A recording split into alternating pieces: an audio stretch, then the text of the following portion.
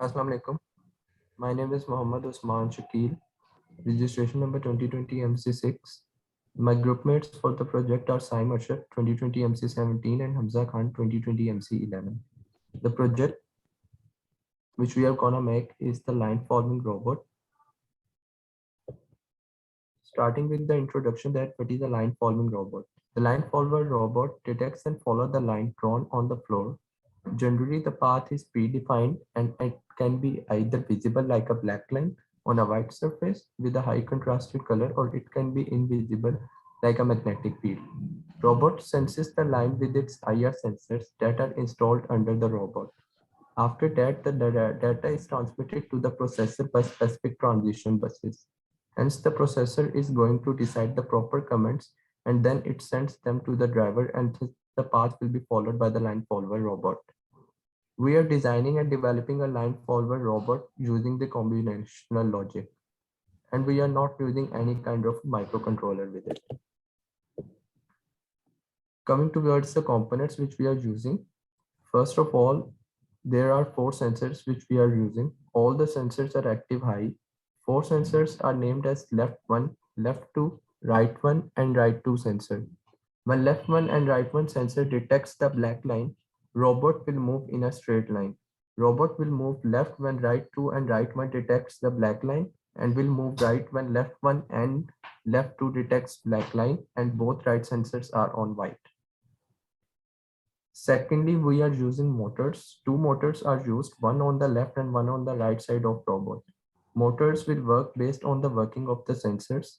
Left motor will run when right sensors will sense black line, and right will work when left sensors detects the black line.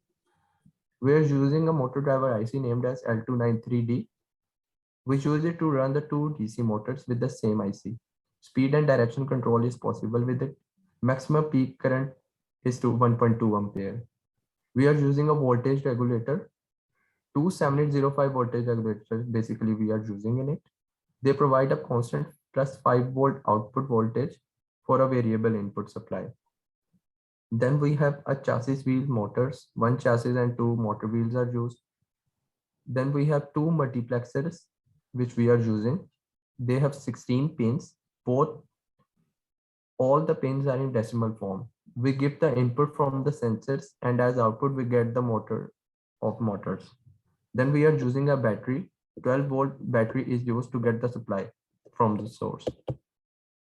Here is the Proteus file. As you can see, there are two multiplexers. Each of 16 pins are used. We are using four sensors. There was no option of the adding the sensors in the Proteus file, so we have added them manually. We are using two voltage regulators, one on the left and one on the right side, as you can see in the Proteus file. Then we have two motors, right motor and the left motor, and a motor driver IC and a battery, which will provide us 12 volt. Here is another schematic shot. As you can see, all the sensors are on zero, so only left motor will work. We have characterized it in such a way that when all the sensors are low, left motor will run. So this will show us the result is 1. When all the sensors are high, I mean 1, then both the motors will run.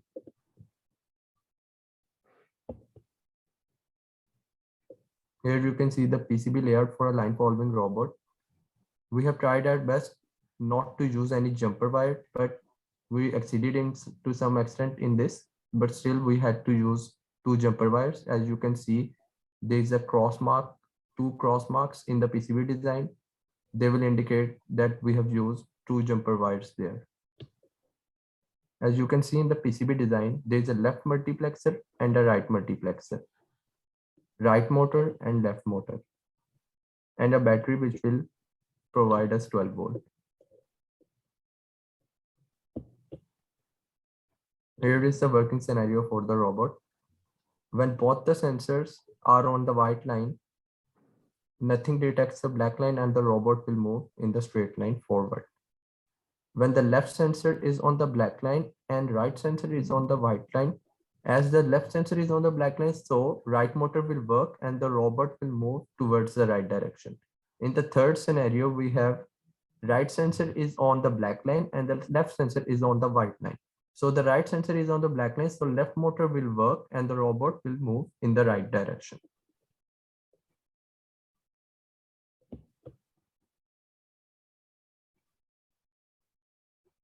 Here is the working model. As you can see in the picture, we have used two multiplexers, two voltage regulators. There are two motors beneath it. We have used 12-volt battery.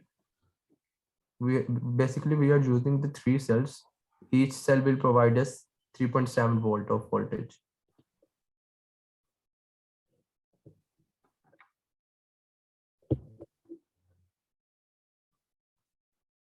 The difficulties that we have faced so far are burning of the IC.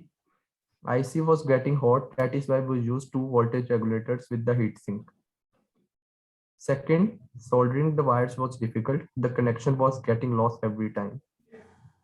And the third, the adjustment of the sensors while making it follow the line on the arena. We had to adjust the sensor every time with the tester when we run it on the arena.